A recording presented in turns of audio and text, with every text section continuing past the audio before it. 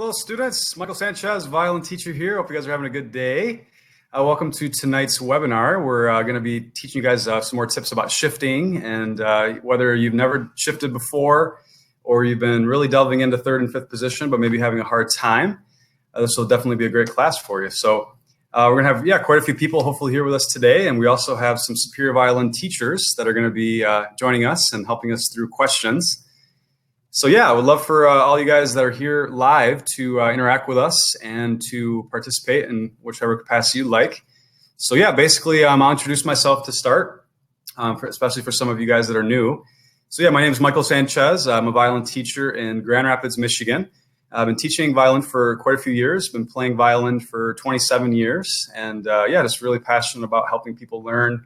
And I've been doing a lot of private lessons, but also a lot of online lessons. So have a YouTube channel and stuff like that.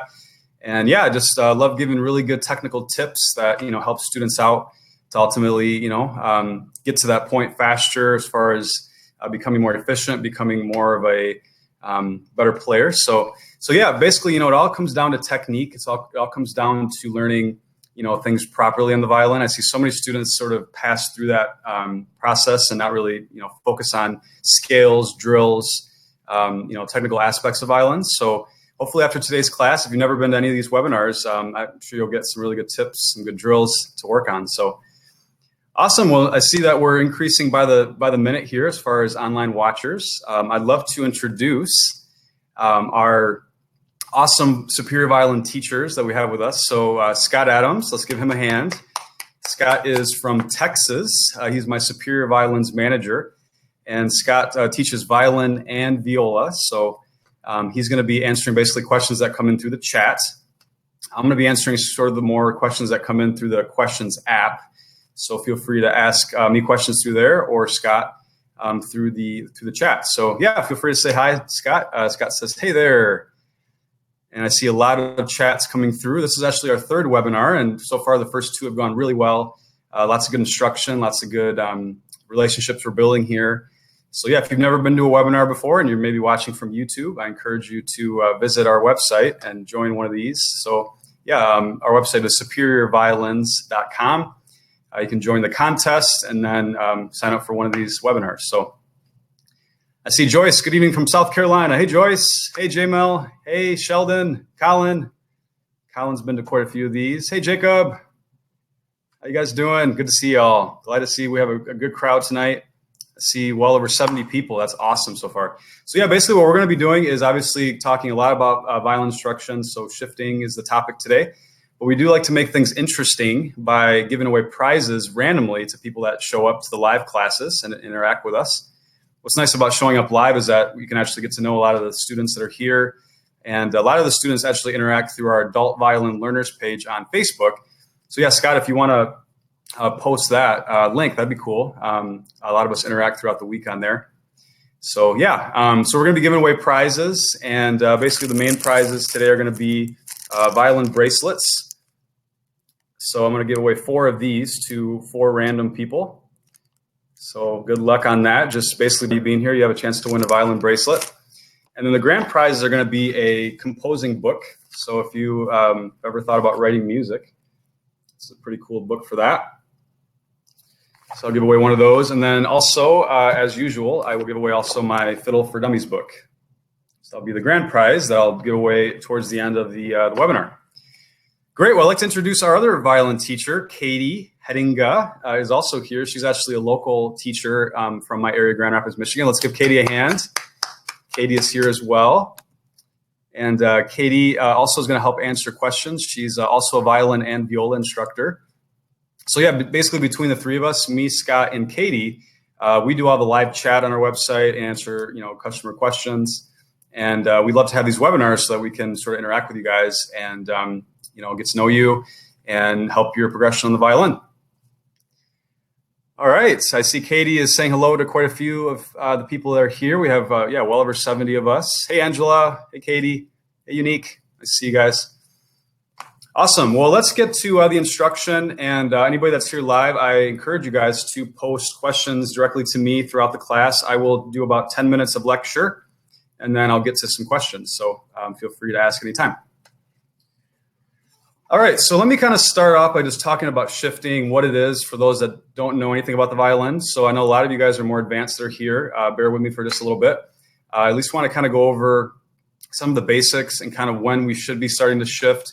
But ultimately throughout the class, I'm going to be really giving you guys a ton of tips on third position and fifth position, as those are sort of the main positions that we start learning on violin.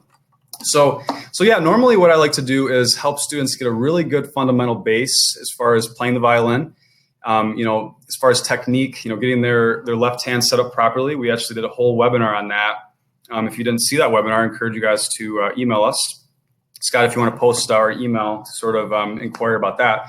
But I basically went over everything that there is to know about that, setting up that left hand perfectly to achieve success. So that's a really good, important thing. In the next webinar, I talked about the right hand, which is so important, getting that bow hand set up perfectly to where you can really create that nice clean sound that is ultimately so important to play the violin. So those things are really important. And once students really learn the basics of that, and then they start to sort of get into some basic key signatures, playing in the key of G major, key of C, key of D, sort of are fluent in those positions, or keys, sorry. Then that's normally when I sort of potentially introduce third position. Normally about a year after students have been playing the violin, I would say, is the average. But I really don't like to introduce third position until I really feel that students have that solid fundamental base. So let me just kind of go over some of the things that I really look for so you guys can sort of make sure that you're working on these things and have it down solid so that you can sort of feel confident about, learning shifting. So the biggest thing is, I talked about the 4 steps in webinar 1 where we want to make sure our thumb is in a good position, which is basically going to be even with where our first finger intonation is. Very, very important. So we don't want our thumb sort of hanging out random places. We want it to be very consistent in where we set it up.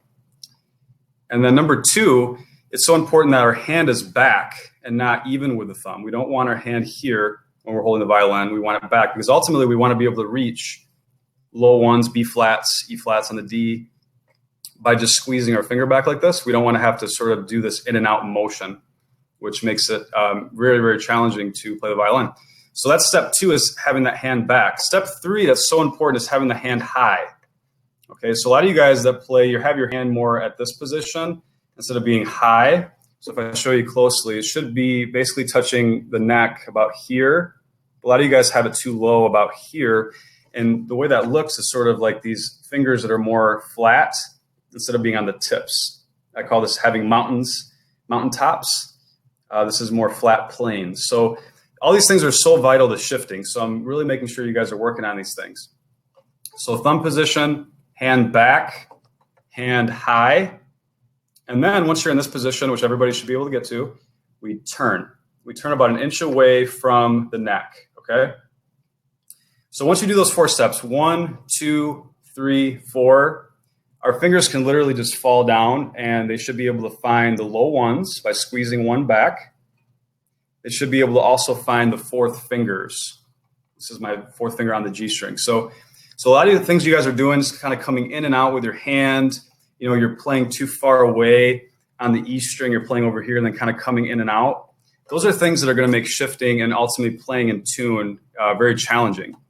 So we want our fingers to be working like this when we're shifting up and down the instrument or playing in any position. So when we're on the G, our fingers are a little bit more extended out.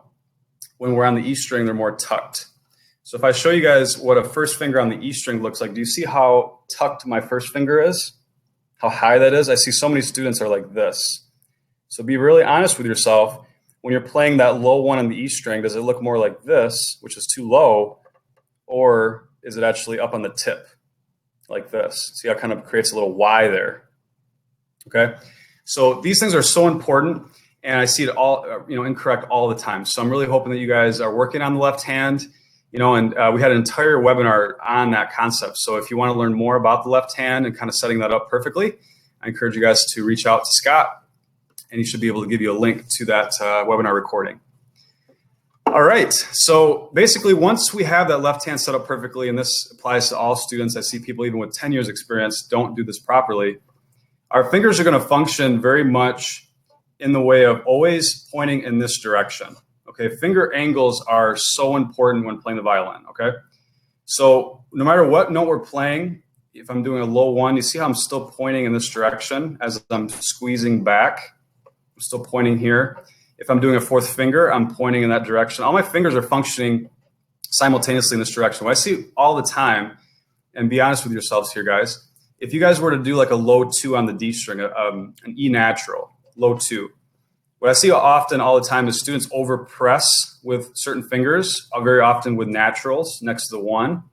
And what they do is they kind of open up their hand. They kind of make it to where they're starting with these angles proper, but then with that overpress, now they're switching here instead of being here.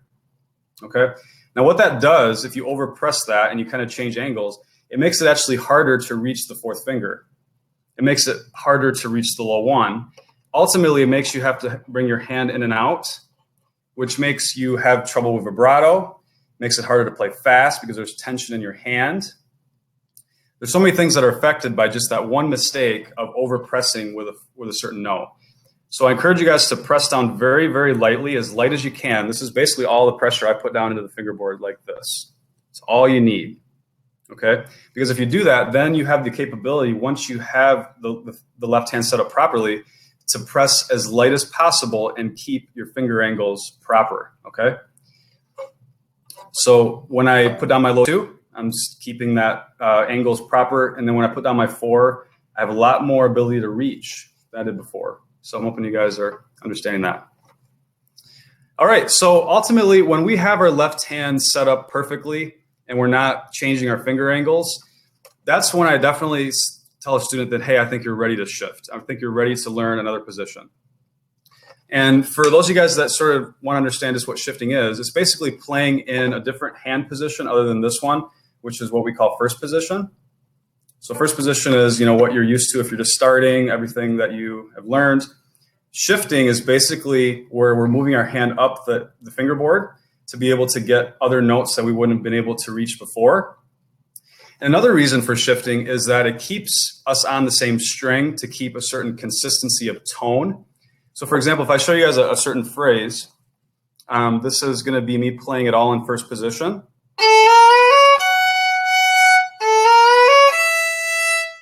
Okay, so I just did that all in first position. It sounded okay.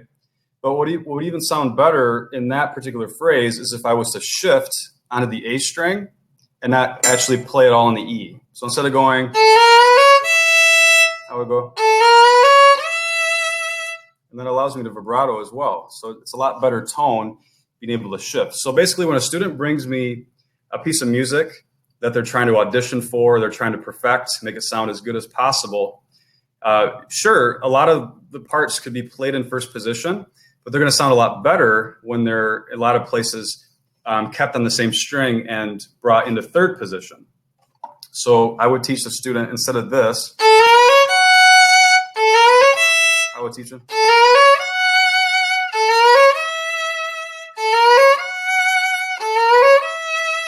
So you see how we shifted from the first position to the third position.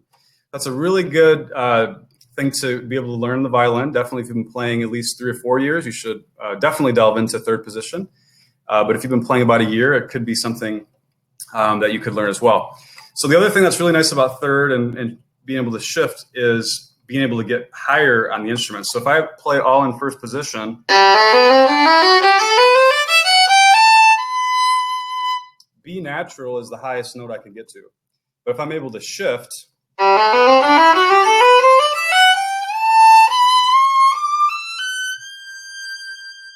I can actually play a 3-octave scale on the G string. And a lot of violin music has notes that are higher. So now instead of only being able to get to here, I'm able to get much higher. And technically, I don't want to intimidate some of you guys out there, but there actually are 11 positions on the violin. Maybe some of you guys did not know that.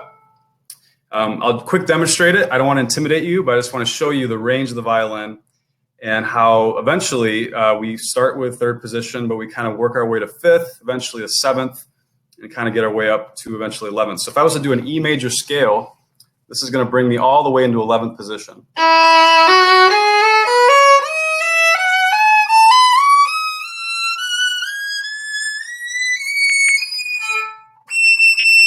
And my cat just ran off, so she must not like that very much. So that note right there, that E, is actually in 11th position. So yeah, it's really good to learn these concepts. And what's challenging and why we have to have just that perfect hand position is that technically in first position, a whole step is this far. See the distance there? We have to learn that whole step. When we get to third position, it gets smaller.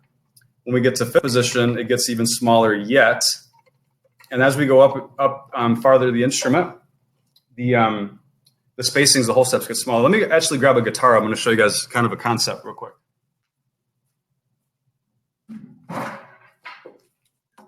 So I don't play guitar, but what's nice about a guitar is it actually shows you frets. And just want to show you guys that it's the very same concept on a violin as far as going up the neck. So as you can see here, like I just explained, there's a certain space for a whole step. Okay. You see how as I get farther and farther up the guitar, they get smaller and smaller and smaller until we get to the top.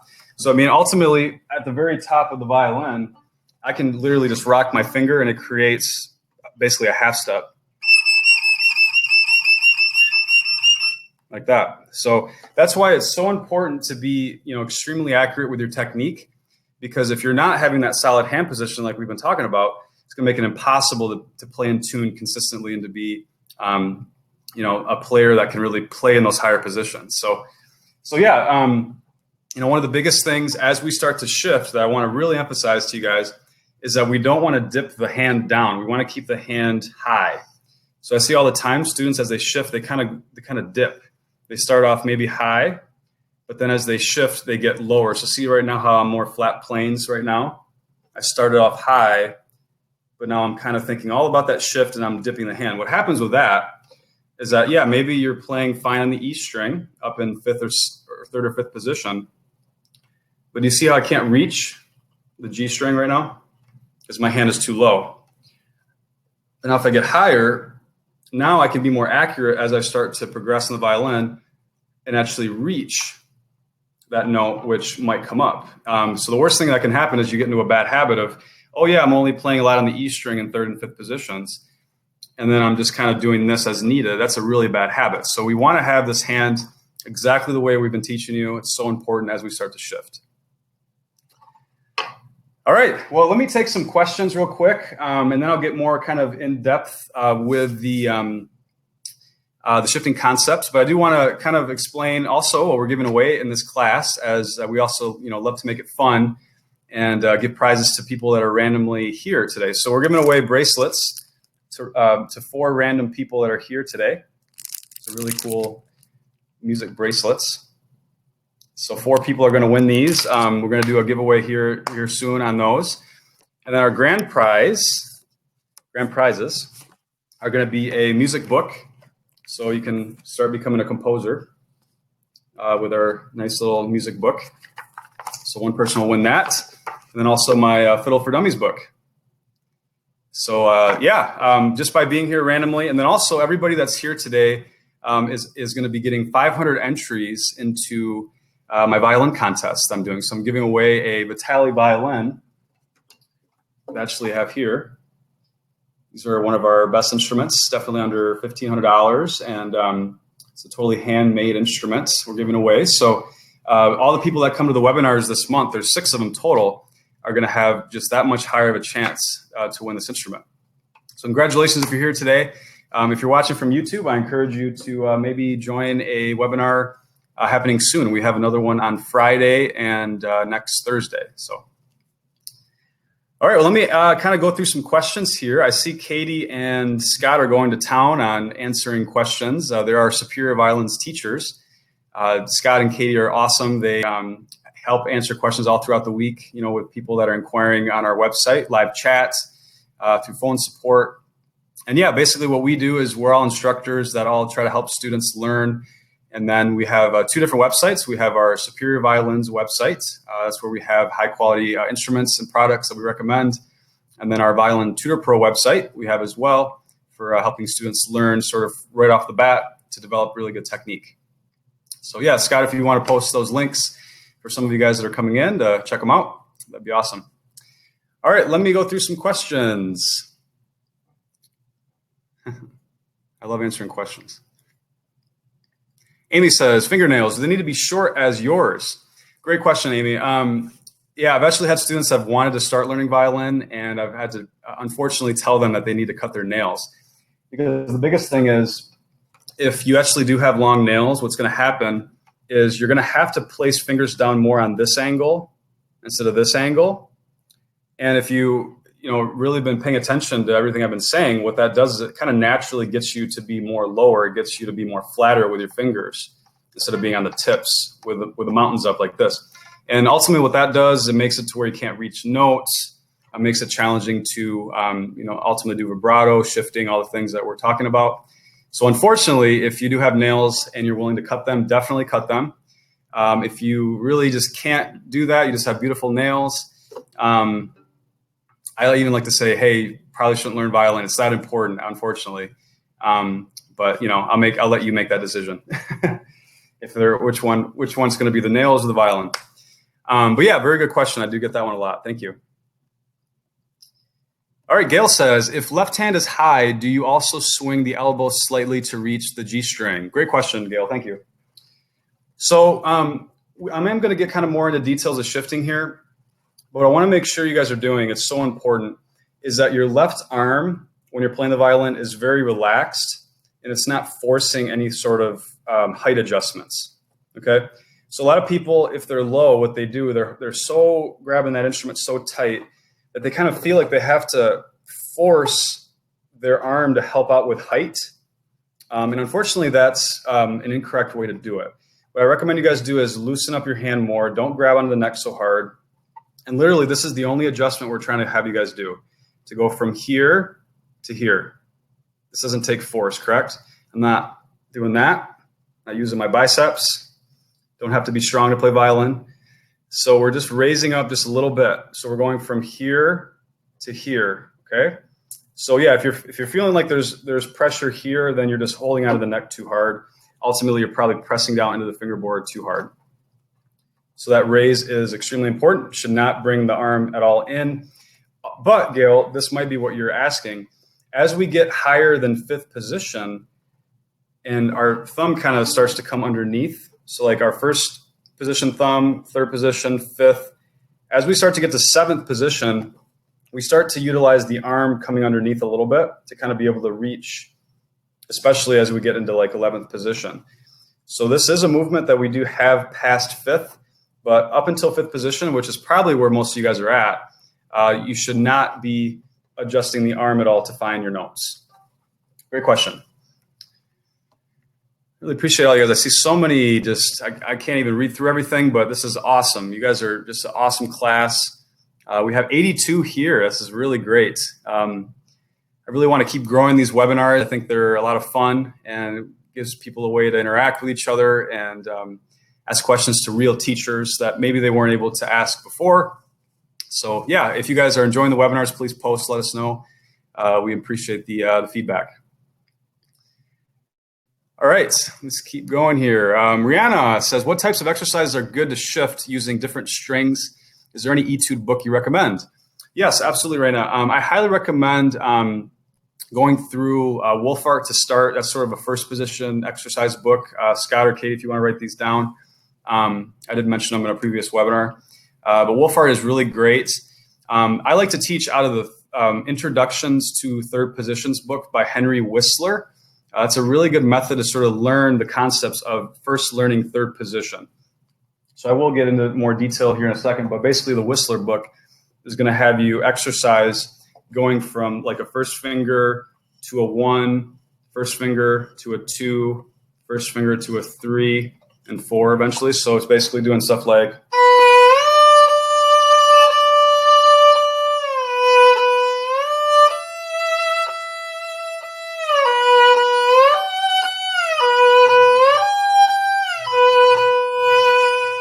So we're kind of training our muscle memory to do these different movements. So the Introductions to the Third Position is a really good book that I first sort of used to teach students. So I highly recommend that. And yeah, after that, I highly recommend Mazas, M-A-Z-A-S, for learning fifth position. I think that's a really good book for that. I've taught a lot of that book. Sit, S-I-T-T, is great for learning second position, fourth, and sixth positions on the violin. And then after that, I normally go right into Kreutzer. So Kreutzer is the Bible of violin etudes. So yeah, those are the books I recommend. But Katie and Scott, I'm sure you guys have some recommendations as well. And yeah, Raina, all those books have great exercises. You know, anything that's an etude-based book that's not just about playing songs is going to really drill you to learn how to do different combinations of shifts. Great question so far, guys. It's awesome. Carney asks, so why don't violins have the positions marked like a guitar? I guess the founders wanted to make it harder for you. Yeah, that is one of the things with the violin, is that it is fretless, and that makes it challenging. They say the violin is the second hardest instrument to learn behind the bagpipes. I've never tried the bagpipes, but apparently the bagpipes are harder than the violin in some way. But yeah, the third is the harp, and then goes down from there. So that really implies the violin is a challenging instrument. And a lot of that reason is because it's fretless. It does not have frets. You can be really cool and get an electric violin that has frets, but most people don't do that. But yeah, it really forces you to have just that perfect hand position to where you can build proper muscle memory. And if you're doing things you shouldn't be doing, like bringing your hand out too far, having your hand too low, you know, you're making it way more harder for you than it should be. It's kind of like an analogy if you're shooting darts, right? We'll say shooting darts. So, you know, if all of a sudden I told you to not just shoot darts, but shoot darts while having your head down like this and, you know, having some other thing going on, and then right before you throw it, I want you to do this. Like, if you do all these different variables as you're trying to throw darts, you're not going to be as accurate. When we throw darts, everybody sort of has that same concept that, hey, I got to be extremely as careful as possible, you know, minimize the variables, right? It's the same thing with the violin. We can't be doing all these different things that are making it harder for you to be accurate, because being that the violin is fretless, it takes accuracy to play in tune, right? So, you know, the difference between this note, this finger spot, and this finger spot, you see just that little difference, is almost a whole half step. That's like playing, instead of playing one note on the piano, you're playing the next note. Like, that's how accurate you need to be. So all these things that we're mentioning, as you start to get harder music, you have to have this really good concept, this foundation, where your fingers are doing minimal work. They're falling down into the places. Your hands coming up together, you know, properly. You're not over pressing into the fingerboard. You're not bringing your arm up to do it. Ultimately, if you do things right, really all you're doing on the violin is this and this. This is playing the violin. Okay, but how many of you, raise your hands, are doing this and that, right?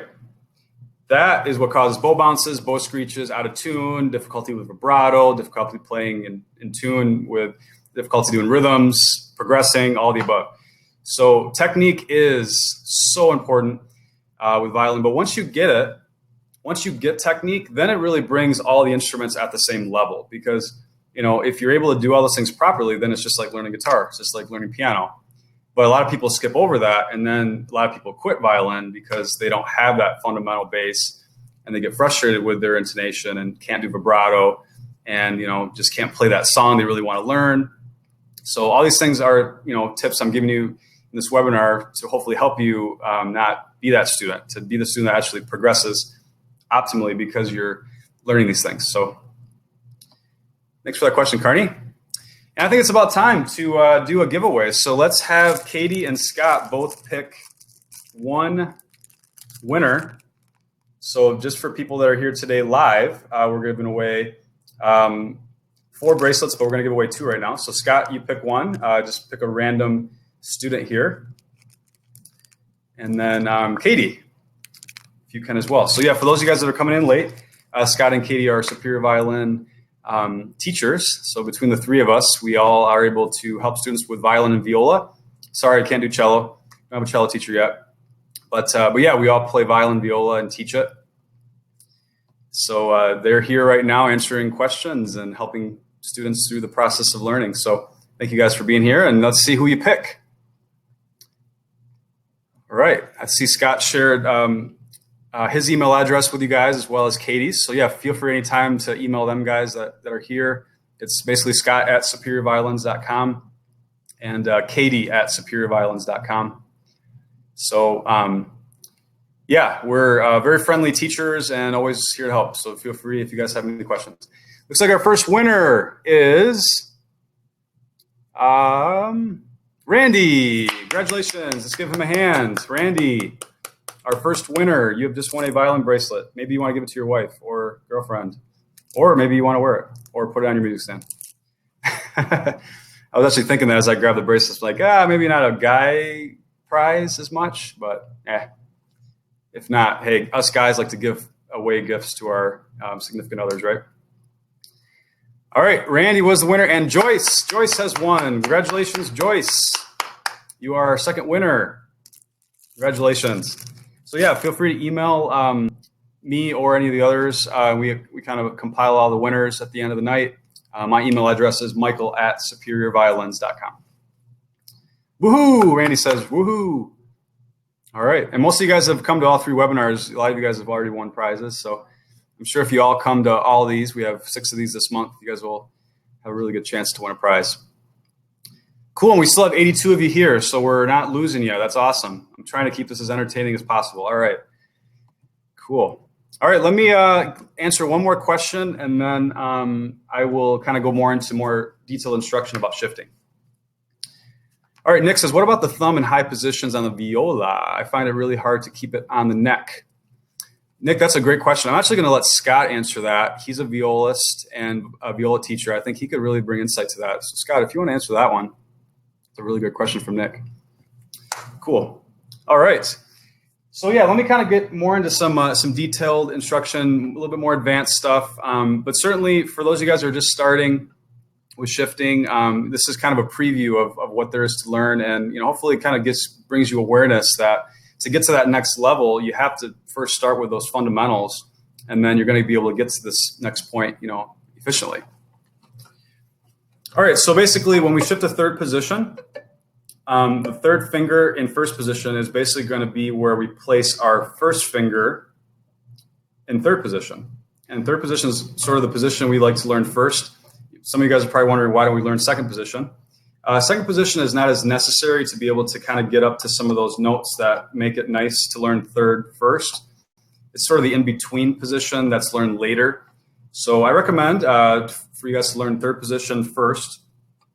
And basically, like I just explained, it's basically replacing your first finger where your 3 goes. And then where your 4th finger goes in first position, that's where we're going to put our second finger. And then the new notes that we're learning with now understanding third position are 3rd finger and 4th finger in third position. So if I explain on the A string, we're basically shifting up into a D. So here's a B natural. If we shift into third position, that's a D. And basically it should be an octave higher than our open string D. So like that. Make sure when you're shifting, your thumb and first finger are coming up together. Very, very important. Don't let the finger drag back. I see that all the time. Students sort of reach for it. We actually want to bring the hand together like this and not reach. So we're bringing the hand up together. Okay, and then second finger technically is, you can match that up with your open E if you want it, or you could use a tuner. I recommend that actually. If you get a tuner, put it on your music stand. You can download it on your iPhone or whatever. So that next note should be E, right there. And then the next note should be, I like to teach F sharp first, not F natural. So you can see the space from 2 to 3 is just a little bit closer than the 1 to the 2 here. That's just because, like I showed you guys, the frets get smaller, right? So you got 1, 2, and then 3 F sharp on the A string. And then right after that, if you put a 4th finger right next to the 3, and this will be very, very close, even closer than a half step in first position, that will be G natural. Okay, so let me just go over those notes again. So we have open A, B, C sharp. Now we shift into D. Okay, then E. F sharp, G natural right next to it. We basically have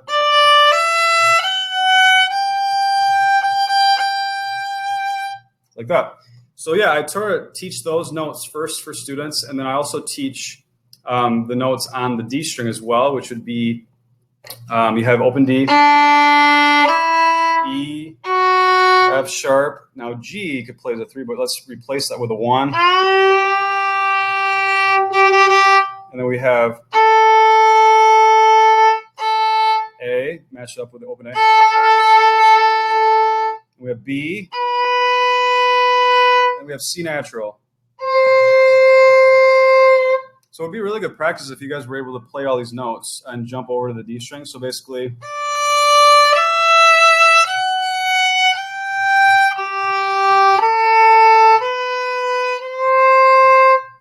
so those are all the notes I just taught you guys. And you guys notice how my finger angles are lined up very nicely. So don't over press. You know, when you're learning a new position, it's very easy to over press and kind of really make sure I got these notes. But same concepts apply, that we don't want to over press into the fingerboard. We want to keep it very light.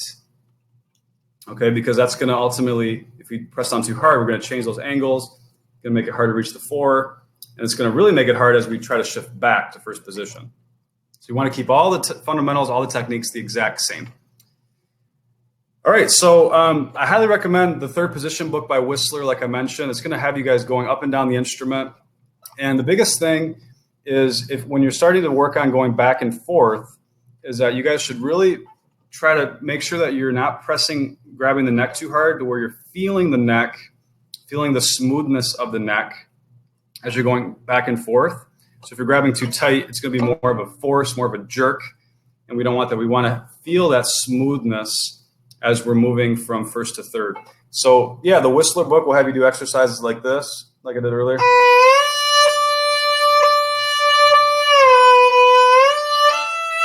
As you're doing that, we want to make sure that thumb is always coming up with the 1.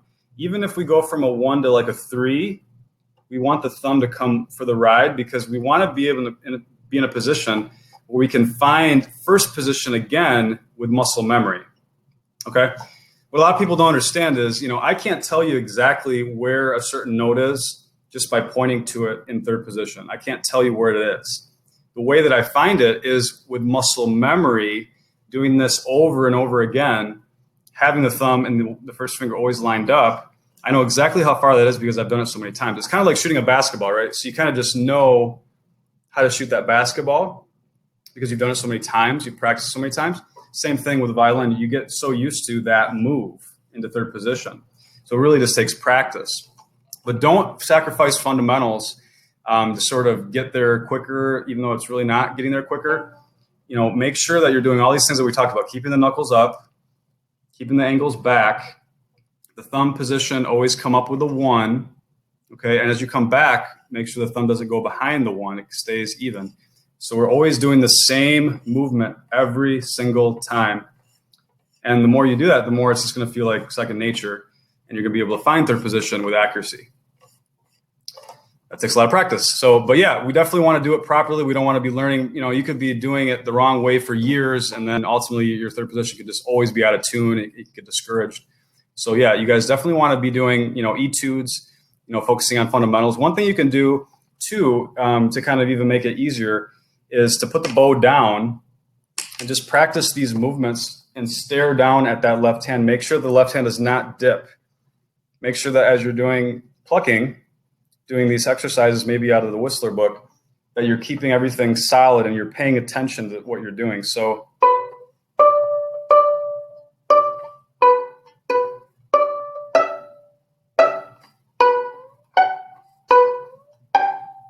okay, so we're keeping everything up high as we're doing that. So it'd be much better if you're sort of overwhelmed with doing all this to really simplify and not have the bow involved, you know, as you're starting to work on it. I do have a lot of students do that, that take private lessons from me, just really focus in on the fundamentals of the left hand, which are so important.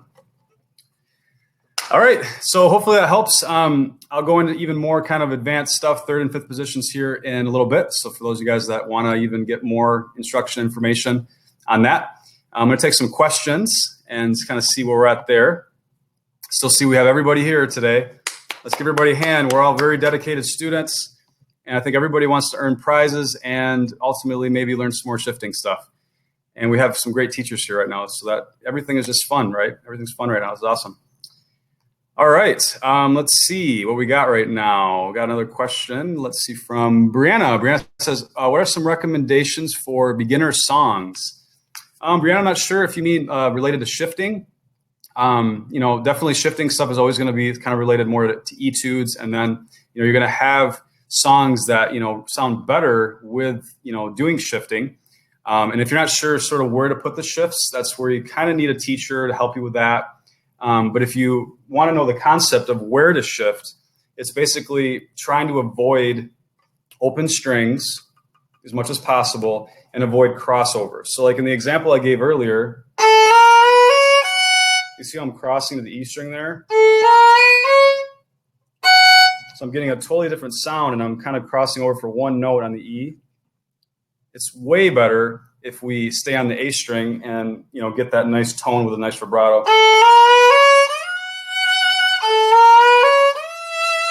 So I just did that all on the A string. See that? So there's situations in music where, if you have one note that kind of has you cross over and then you come back, that's a situation where you should probably shift in the third position. So if you kind of want to, if you're analytical and you're able to maybe figure that out, sort of find some of your music that might have that and then write in some fingerings to, instead of the fingering being E1, the fingering would be, it'd be A3 in third position. So, but yeah, any basic violin teacher should be able to sort of guide you through that as well when you start learning third position. All right, Sienna asks, do you do webinars every month? Sienna, I've actually been doing these consistently this month. It seems like everybody's really getting into them and enjoying them. So I'm thinking about doing quite a few webinars every month, maybe doing another 6 next month, potentially, if we keep getting good feedback about them, if people like them. But yeah, this month we have 6 planned. I've already done 2. I've done one on left-hand technique, right hand. Today is shifting. Our next 3 are going to be on violin encouragement, kind of helping you guys out to have, more perspective of what it takes to learn violin and maybe encourage some of you guys that are struggling. There's a lot that can be said about that. When you take private lessons, a lot of people don't understand that, instruction and technique is one thing, but sort of continuing and seeing the big picture and having fun and all those things are another element. So I'm going to talk about that in the next webinar. And then fiddling, I'll be doing a fiddling course as well. So that's going to be in a future webinar. And then finally, I'm going to do one on vibrato. So those of you guys that are really wanting to get that vibrato perfect, I'm going to be doing that on Monday the 28th in the evening. So yeah, Scott, if you actually want to post a link to the webinar classes, anybody that's here, you guys can just sign up for the rest of them if you want. If you can't make it, you actually get a recording of the class sent to you via email. So, even if you can't make it, it's nice to sign up. All right, let's do one more giveaway, and then we're getting close to that grand prize, drum roll, of my Fiddle for Dummies book, as well as the composer book I'm going to be giving away tonight. So good luck to you guys on that. We've been doing about, 7 prizes every webinar class. So thanks so much for everybody that came live today. All right, so here, let's do 2 more smaller prizes, the violin bracelets. So 2 random people. Scott, do you want to pick one? And Katie as well. Scott and Katie are Superior Violin teachers. They're doing awesome answering questions here. I think it's awesome that we're such a great team of teachers, and we love helping others. We have a great community actually on Facebook. If you guys haven't joined yet, I'll post that real quick for you guys to join. We like to answer student questions throughout the week, either for anybody that has violin related questions. So here it's facebook.com/groups/adult violin learners. A lot of adults that start at a later age that never played before. We have intermediates, we have advanced people even, and obviously us teachers. So it's a nice little community, about 3,000 people. All right, who's the big winners? What do we got? Scott, Miriam, congratulations. You have just won a violin bracelet. Yay, congratulations. Katie is next to announce. Oh, she already did. Jadzia, congratulations. Oh my goodness, Jadzia said, I hope I win. And then Katie said right after that, Jadzia wins. That is unbelievable, that's cool. Hey, you wished for it, Jadzia, and you got it. Congratulations. Awesome. Cool. All right. Well, hey, we still have a couple great prizes to give away. And at the end, I will also give you guys a code to give you guys the 500 entries into the Violin Contest. So we're giving away a Vitali violin later this month to one lucky student. So yeah, we're really excited about that. And yeah, let me just give you guys a little bit of information about our Vitalis. So yeah, we're obviously giving this away as a prize. It's going to come with a nice case, a nice bow, to one random entry from the contest. So yeah, if you come to these webinars, as you guys are, you have a higher chance to win. Giving away actually 500 entries per webinar. So technically, if you come to all of them, you have a huge chance to be asked to be given the Vitali. So that's a really exciting thing. But yeah, our Vitali violins, just to give you guys a little bit of insight on these. So these are our best instrument, definitely under 1,000.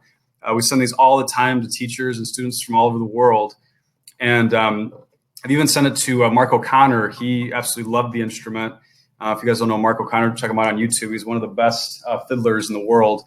But yeah, basically we've worked long and hard on trying to find the best instruments out there for students. So we have just really good stuff in every price range. Our Vitali is obviously our best, yeah, in that under 1,000 range. It's a totally handcrafted instrument. We put real nice dominant strings on it. And then they're just set up really nice for students. So yeah, a lot of teachers actually like students starting on handcrafted instruments because factory-made instruments just don't sound as good. They sound very nasally. The example, yeah, if you plug your nose and talk, they kind of produce that more kind of thin, nasally, unpleasant sound. So once you reach that handcrafted level of having a good instrument, it just makes a huge difference in your level of playing, your ability to produce a good sound, ultimately be inspired and enjoy practicing. So yeah, our Vitali is what we're giving away, and but we really have violins in all different price ranges, all the way up to professional level. And we like to help students through that process because we know that it's not something you do every day. You don't go and buy a violin every day. So we try to make it easy. We have a trial program that I encourage you guys to inquire and just ask about. We basically allow you to try out any violin from our website for 30 days. And then after the 30 days, you can, bring the violin obviously to your teacher and kind of get approval of the quality. And then you can send it back if you don't like it, or set up a payment plan, or purchase it on a discount. So yeah, I highly encourage you guys to check out our site. There's actually a Start Here button on the site at superiorviolins.com. And I've actually played through basically our levels of violins, like our Vitali, our Tia Bruna, and then our Damiano. So kind of can hear the differences between those.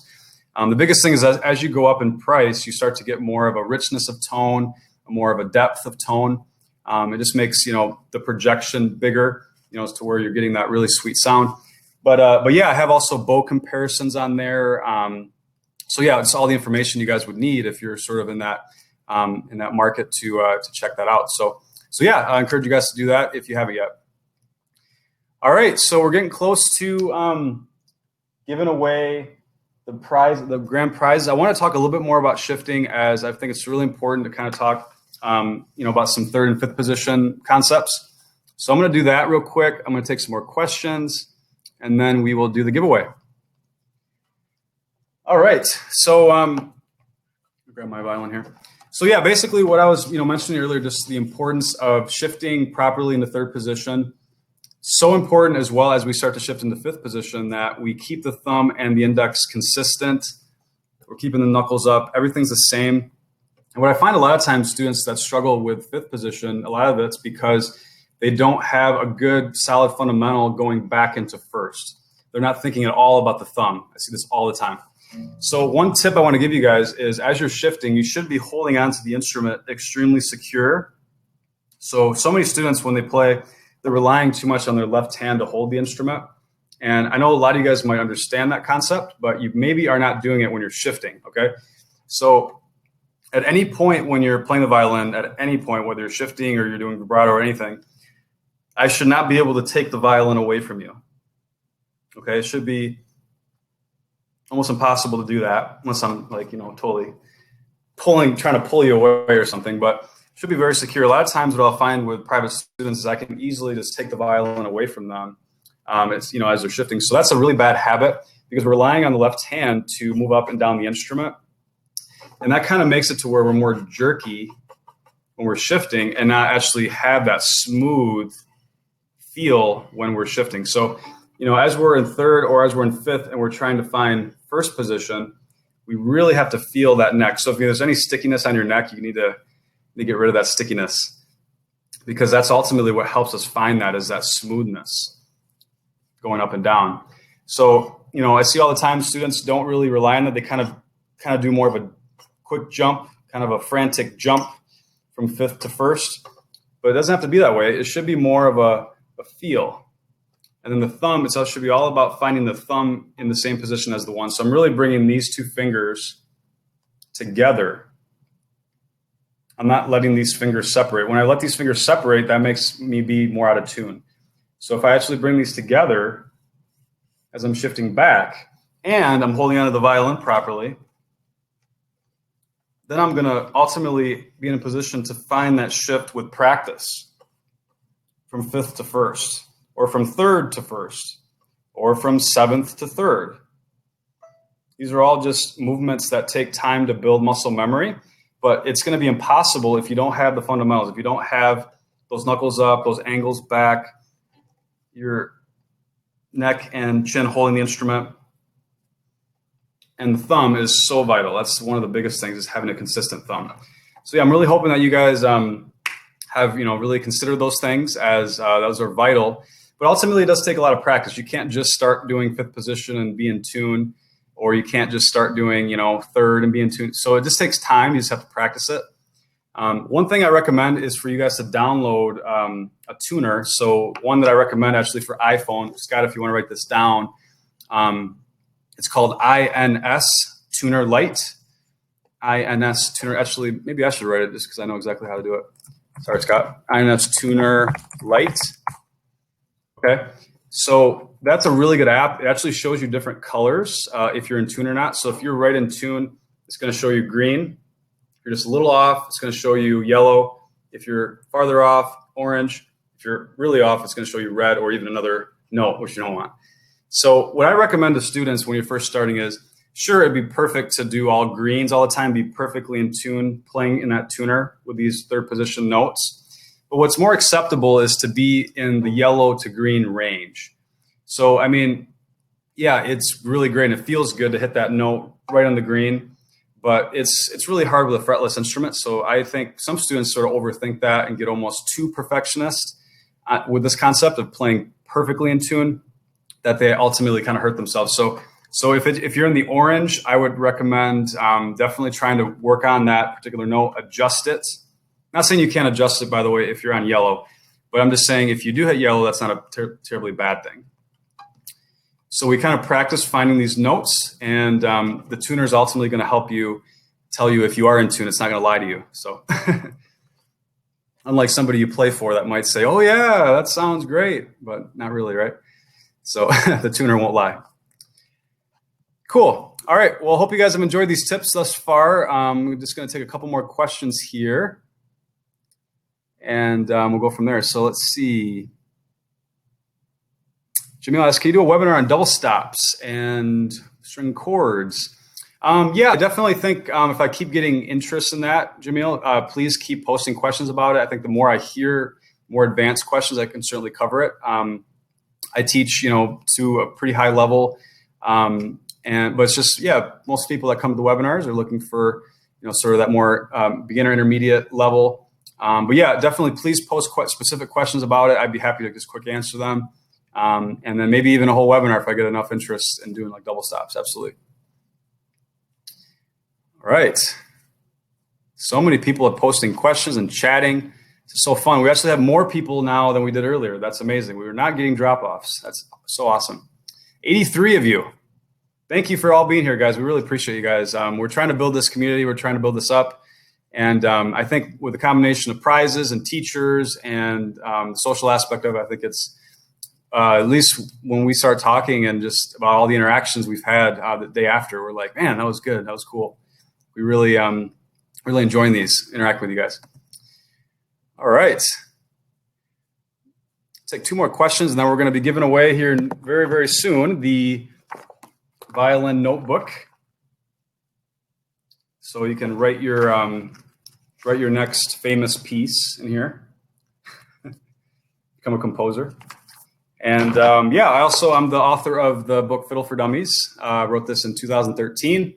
So I'll be giving away this. It's a very comprehensive resource on basically how to play violin, the fundamentals of technique, but then also how to play fiddle tunes. So kind of the first half of the book is more violin technique, which applies to violin and fiddle.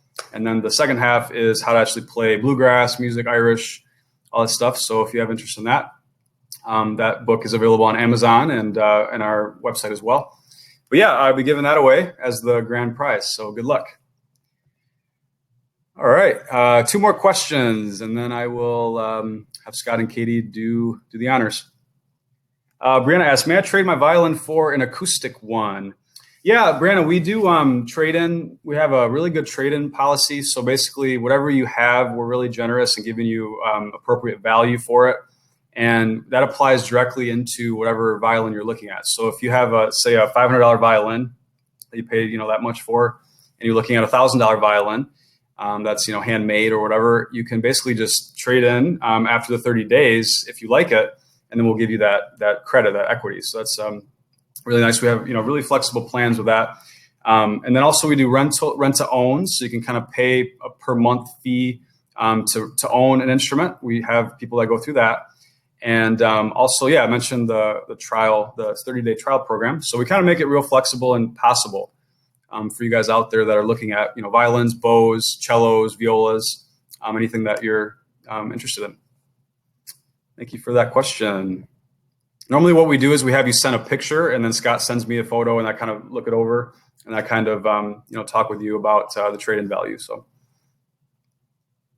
Jamil asks, no shoulder rest. Do you recommend not using a shoulder rest, or is it just a preference thing? Yeah, Jamil, it's a really good question. This is like where a lot of us violin teachers disagree. I would say, I don't know if Scott and Katie, if you guys agree with us, like so many different teachers teach different things regarding shoulder rest. It's interesting. There's actually a teacher locally to me. I won't mention the names. I'll just tell you later, Katie, if you want to know. But she actually will not take a student on if they say they have to use a shoulder rest. Like she's like anti-shoulder rest. She's one of the best teachers in town.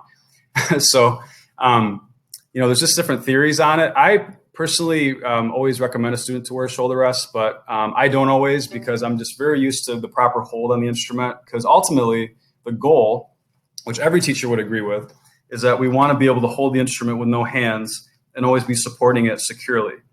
So that can technically happen the way I'm doing it right now.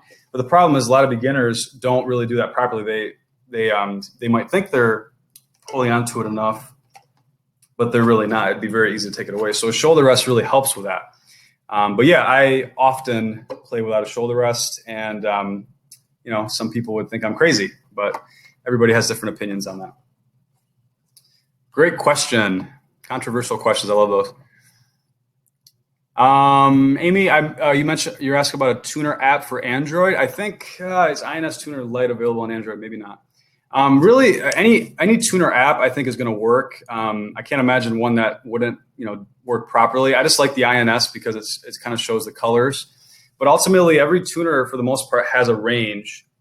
That it's going to kind of, and this is perfect, right? If it's in the middle and it says A, you're perfect. It will show you it being a little bit off. So I mean, with yellow, it's just kind of right here, on any normal tuner. Orange is kind of here, red is here. And then after this range, then it hits the next note, right? But yeah, you kind of want to stay in here, and then this is perfect. So yeah, really any tuner can work. You don't certainly have to have the INS Tuner Lite. Jesus asks, how do you identify notes in third position on the music sheet? Yeah, so I guess I didn't really get to that, the notes. Let me just kind of go over them real quick, all in third position. So, on the E string, the third finger is, you have F sharp, G, A. So we're dealing with A, B, C sharp, D. Was that right? I just said that wrong, didn't I? E, F sharp, sharp, A. So we have A, B, C sharp, D. We have D, E, F sharp, G. And we have G, A, C sharp, D. Then we have C. I think I might say that wrong. I'm sorry, guys. G, in third position on the D string. G, A, B, C sharp or C. There we go. And then C, D, E, F, F sharp. So those are all the notes in third position. Awesome. Thanks for that question, Jesus. Dwayne asks, are the steps to learning the fiddle similar to that of the classical violin? So everything with first position, fundamentals, on both violin and fiddle, Dwayne, are the same. So, you're basically dealing with all the fundamentals of violin and fiddle being the same, regarding the hand being high, the angles being back, because with fiddle, you want to be able to play very fast as well as you do on the violin eventually. So having good fundamentals in the left hand are vital, to both the violin and the fiddle. So basically the whole first half of my book is all about the fundamentals that apply to both. But then once you get into more fiddle, you're dealing with more sliding into notes, which doesn't apply to the violin. The violin has more vibrato with fiddle has more droning, has more turns, kind of going like 2-3-2 real quick, things like that, where that's not really as much on the violin. Violin's more trilling, just playing continually on two different notes. There's different things that are different, but ultimately the technique is very similar, very much the same. Great question. All right, well, I think it's about that time to do our big giveaway. You guys ready? Drum roll. Here we go. So we have two prizes we're giving away. First one that I want Katie to draw is the composer book. So this is your opportunity to be able to write your next big piece. So that's going to be one prize. And then my Fiddle for Dummies book. So Katie, if you want to draw a name, here we go. Drum roll, and Scott as well. Winners are about to be announced. Good luck, everybody. Good luck, Marcia. Good luck, Sheldon. Good luck, Sienna. Good luck, Dwayne, Lily, Susan. Anik won. Anik, congratulations. You have just won the composer book. Please post on the chat where you're from, how long you've been playing for. Love to hear from you. Congratulations. Awesome. And then Scott is about to announce the big winner. Good luck, everybody. Good luck, Colin. Good luck, Unique. Good luck, Shelly. Good luck, Jill. Brody. Kevin. Good luck. Eddie. Eddie's the winner. Eddie, my old student, Eddie. I think that's my old student. I used to give Eddie private lessons. Congratulations, Eddie. Awesome. I think Eddie might have my book already, potentially. So Eddie, you might want to switch it out, maybe. Oh, you do want the fiddle book. Okay. There we go. Congratulations. Everybody, let's give everybody a hand for being here, for being great students, great participators. Let's give Scott and Katie a hand for being awesome violin teachers and participators of our Superior Violins brand. And I really thank you guys for all being here. You guys were awesome, awesome crowd. We're actually going to be, I'm going to hang around for a little while. There's so many people here right now. And I also have to give away the code, by the way. I will do that in a second.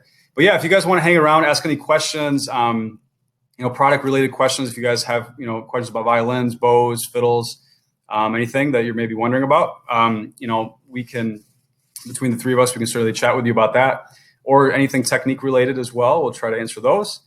And I just want to thank all you guys for being here. And, I encourage you guys to join the Adult Learners page. It's a really great way to interact with us throughout the week. And yeah, I hope to see you guys in the next webinars. Our next webinar is going to be this Friday at 11 o'clock a.m. So I'm just going to be doing that one myself, doing that one solo. And then we're also going to do one the following Thursday, I think at 8. I think that's right, Scott? 8. So that one's going to be a really good one on, I believe, Fiddle. So if you're interested in learning the Fiddle, I'll be covering a lot of concepts on that. Yeah, this Friday, I think it's going to be the encouragement webinar. So awesome. Well, let me give the code to all you guys that were here today. I'm going to put it in the chat. Please do not mention the code, as it has to be secret for just the people that are here today. We're trying to keep it that way. So, so yeah, the code, I'm going to write it down right now for you guys. For those of you guys that are watching from YouTube, hope to have you guys in the live class next time. I don't know if you guys can see the code. If you can, live, great. If not, sorry about that. That's the code there. And that gives you 500 entries into the Violin Contest. Give you guys the link to the contest so you guys can follow that. So it's superiorviolins.com/pages/contest. So all you got to do is put that code into the very bottom box. Says like a webinar validation. So basically, by putting this code in, you're going to have 500 more entries that you did before. So yeah, and there's a lot of other ways to gain entries, referring friends, watching instructional videos throughout the week. So if you save it to your browser, you can just earn entries and increase your chances. Something that's fun, ultimately to help you guys out to learn and to improve. And anytime that you're on that particular page, you'll notice a live chat button in the bottom right-hand corner of the screen. By clicking on that, you're actually going to interact with either me, Katie, or Scott. So if you're sort of, during your practice session and kind of wondering what to do here or there, we're here to help. And also, anything that's on our website that you're wondering about, we can certainly help you with. Thanks, guys. Dwayne said the code worked, so that's great. Let me post it again, just so you guys can see that. I'm posting it in the chat area, guys. I'm posting it again here. So this is the code that you need, and then I'll put the contest page again.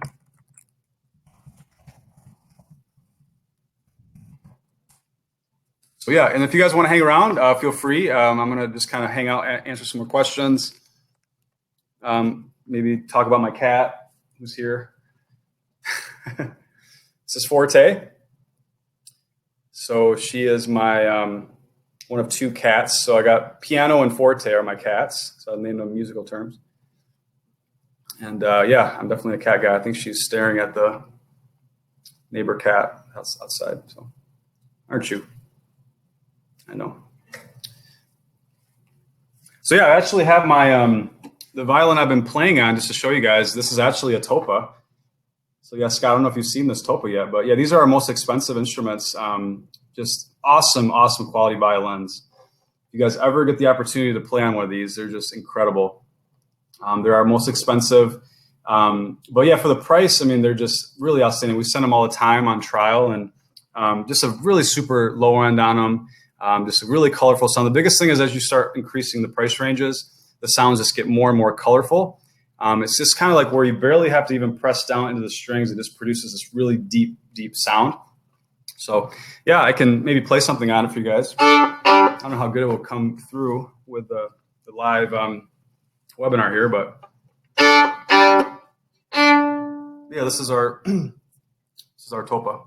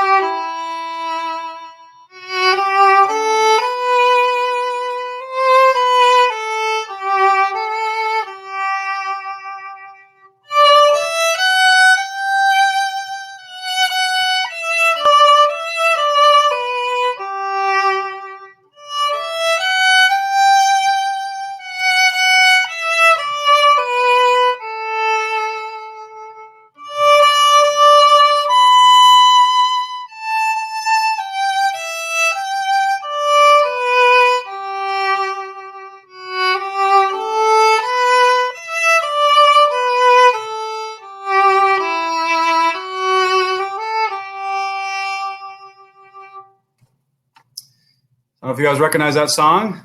Tell me if you know it. Thanks, guys. Thanks for everybody for being here. As you guys are leaving, I appreciate you all. Hope to see you guys in a future webinar. And I hope you enjoyed the class. Please post your comments, just your feedback you had, if you had a good experience, if you enjoyed it. Really appreciate all your comments. Keep us all motivated here to keep doing these. As long as we have viewers, right? So yeah, glad the code is working. Yes, that was Danny Boy Margarita. Yes, thank you, Danny Boy. So yeah, that was kind of more on the mid range. I'll play a little bit more on the lower end here. And feel free to ask any questions as well for Scott and Katie who are here. Although maybe Scott and Katie are having to leave soon. But as of right now, I see Scott still here. So yeah, really, it really shows just the depth of sound really on the lower end.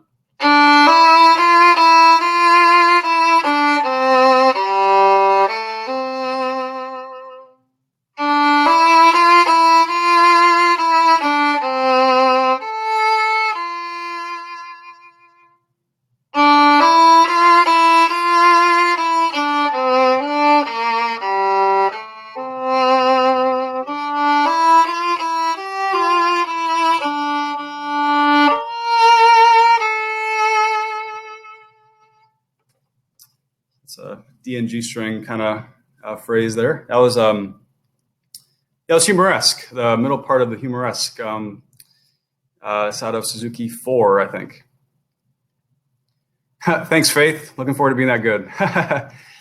Well, it just takes practice, and there's always somebody better than you, right? But we all have gone through the progression, and at this point, I consider the violin my life, and I love it with all my heart. It's definitely a lifetime of learning. My grandfather's he's 93. He still practices 5 hours a day. So that just tells you how much violin learning really is a lifetime. He's technically been playing 82 years. So, I mean, it's incredible just to have that hobby that, you can always go to when you're going through the stresses of life. For those of you guys that have never started yet, I highly encourage. So it's not easy to learn, but it's fun. And it's ultimately it's a lifetime of learning and achieving. So yeah, you don't have to have a big goal set. I see that all the time actually with adult students. They have like this this mantra, like they have to become this great player. I mean, really, it's just for enjoyment. It's just for something that's enjoyable to be able to play. Maybe church hymns, maybe join a little orchestra someday. A lot of people have those goals and they reach them, and it's fun. So I actually have a lot more. When I was teaching full time, I had about 40% of my students were over the age of 60. So, and most all of those students started from scratch. So, if you're feeling like you're too old to play or progress, I actually find, older students tend to be more serious about playing. They're more dedicated. The biggest thing I find with them is that they almost overthink things and kind of, make it to where, they have to do everything perfect, so they kind of overpress or they kind of get tense. If we can loosen them up, they do really well. Their mind is always really good to learn and do the right thing. So yeah, I hope that's encouragement for some of you. Like I said, my grandfather, 93 years old. Yes, Linda, overthinking, it happens. But I think for those of you guys that, are over the age of 50 that are watching right now, I encourage you guys to sign up for that Friday webinar, even if you can't make it, as there's so many things that I would say help students progress just based on them understanding and being encouraged to learn, just seeing the perspective. And a lot of it will be really good for those of you guys that are over 50, that class. So I hope you guys end up at least watching the replay on that. Cool. We still have quite a few guys here. 51 of you are still here hanging out. For sure going to stay till 11. Play a little bit more for you guys, maybe. Answer a few more questions. I'm not expecting Scott and Katie to be around. If they are, they're just crazy awesome. But yeah, you can email them anytime. It's basically the three of us at Superior Violins that kind of manage everything. All the questions. We've got a lot of questions from the contest. We actually had to shut the question feature down because we had so many. But if you guys live chat us, and let's say you haven't had your question answered through the contest, we actually have those come into our system, our CRM system. So those ones typically always get answered pretty quickly. So yeah, I encourage you guys to live chat us anytime throughout the week. Carney, practice makes perfect. That is so right. Amen. It's what teachers love to hear from students. Thanks for being here, Faith. Thanks for being here, Margarita. Miriam, Jacob. So you guys were really enjoying the class. See a lot of positive remarks. Cool. Yeah, I'll play a little bit more on the topo here. What do you guys want to hear? Any requests? Maybe I'll answer Eric's question. Big question, maybe foolish. If I'm having trouble with the violin because of my pinkies, imagine that it's a really bad idea to think about the cello. Yeah, I would say so, Eric. It's probably even a bigger stretch for that pinky, I would guess. But I'm not a cellist, so I'm not sure. Yeah. So yeah, I'll pick a song here if you guys don't have a request. Let's see. Amazing Grace.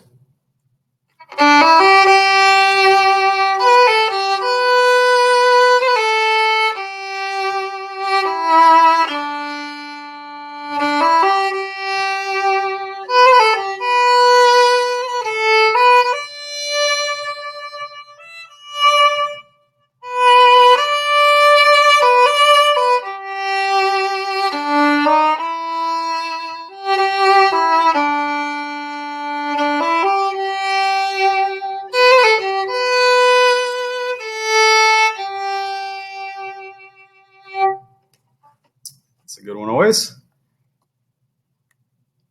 Thanks for all your continued questions here. I'm just kind of hanging out. You guys are more than free to go or whatever. I appreciate you guys being here. But yeah, we're here kind of just answering some more questions and hanging out with you guys. Oh, Katie says, can you show people with the screen share how to enter the code? Absolutely. Thanks, Katie, for that. Yeah, let me do a screen share real quick, guys, for those of you guys that are having any trouble.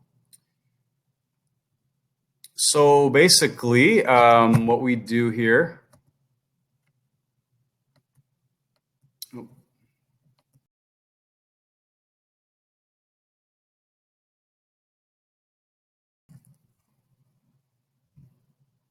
go to the contest page.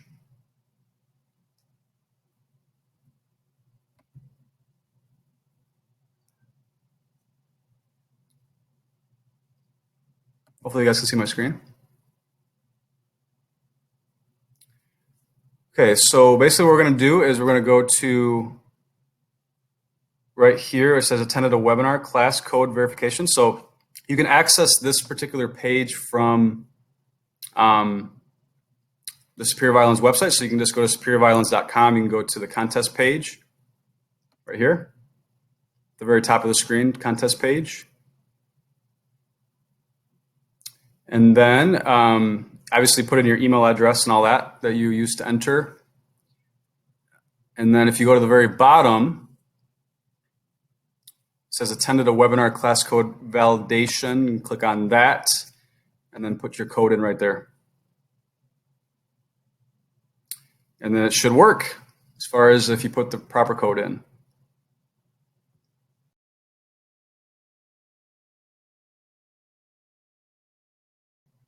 Cool. Good night, Margarita. Hope that helps there. Help you guys out. Kevin, good to see you. Kevin actually visited me the other day. He's a truck driver and came through to my area. So Kevin, thanks for being here. I know it's not easy for you to get on these webinars, so I'm glad to see you. Jamil asked for the Irish washerwoman. Absolutely.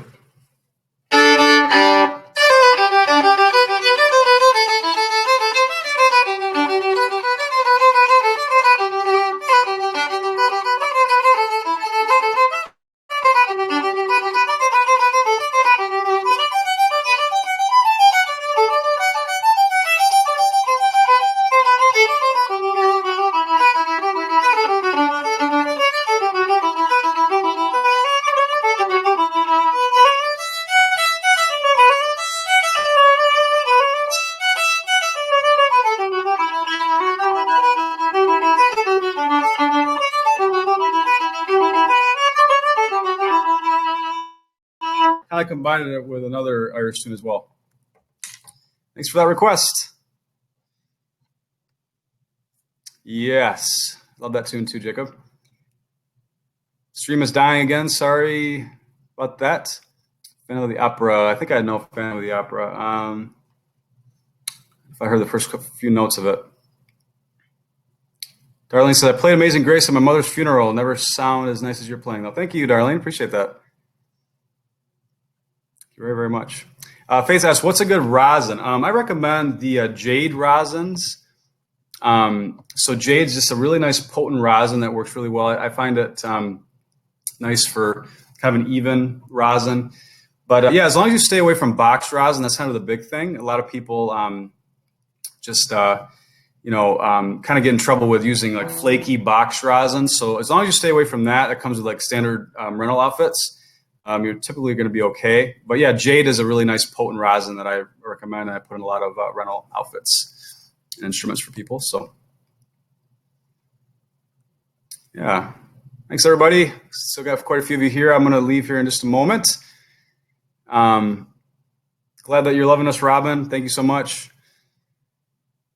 Sailor's hornpipe as fast as I can, please, Marcia says. Sailor's hornpipe, is that the, I think, is that this one?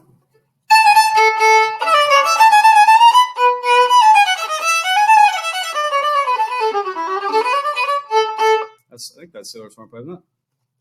You want to do as fast as I can?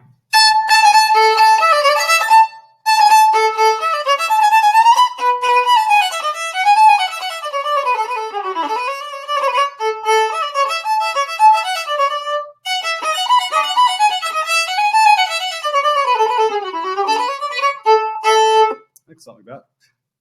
Was that the right one? Good night, Kate. Gail, the black cat is Blackjack. Or not Blackjack, that's my old cat's name. My gosh. Forte. Goodness. Yeah, my old black cat used to be named Blackjack. So I accidentally called her that. Thank you guys so much. Hope you guys come to another webinar.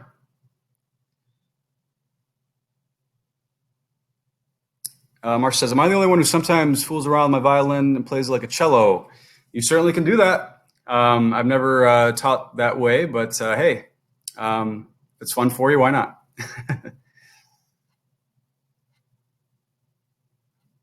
Cool.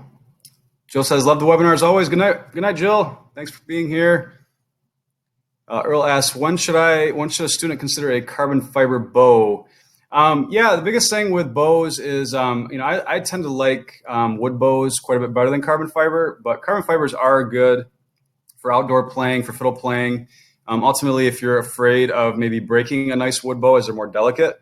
But yeah, once you reach sort of the over 150 price range, Earl, I recommend definitely a wood bow, like a starter level Pernambuco. They just have a better response, kind of bring more out of the instrument than a carbon fiber, in my opinion. But yeah, carbon fibers are really good for outdoor playing and kind of if you're going to kind of really beat into a bow for sure. And there are some nice ones that sort of have similarities to a wood bow, but definitely nothing is as good as a nice wood bow, in my opinion. So we have real nice German bows on our website, and we do those on trial. So if you guys are interested in doing a bow trial, those are very common. We also have starter level Pernambucos that are a really good value that we send out on trial all the time as well. So yeah, we basically have a really good bow for like 300, for 800 on sale, and then 1500 is our top level bow that we sell to a lot of professionals and such. Jamil asks, what type of mute do you recommend? I recommend anything. If you're talking about practice mutes, I recommend just anything that fits all the way over the bridge. There's really no practice mute. I think that really wouldn't work, for practicing. So Jamil, yeah, I recommend. I like the rubber ones, the ones that are a little bit thicker. Those are the ones that we have on our website. But yeah, really anything works. Yeah, Faith said that's a good question. Thanks for all the questions, guys. Looks like we still have 31 of us here still watching, attentive. You guys are awesome. Please post. I'd love, just for the last few minutes here, if you're still here, would you just post a comment? Just say if you enjoyed the class. If you're going to come to another class in the future, if you, yeah, any thoughts, anything, maybe let Katie and Scott know that you enjoyed the class as well. Thanks, Faith. Thanks, Gail.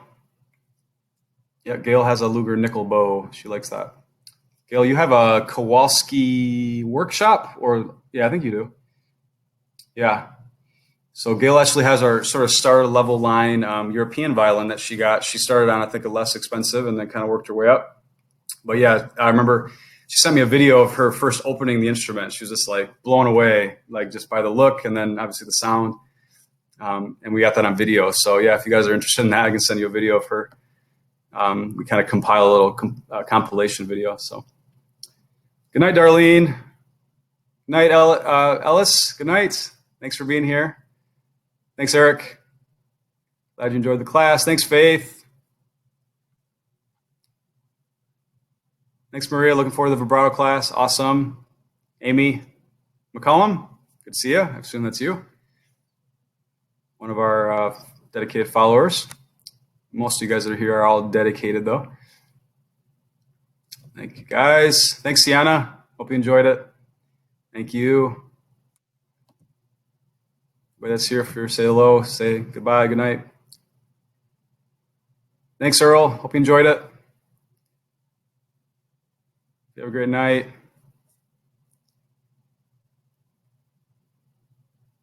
Ella says, I want to ask, is it normal when I do shifting, the sounds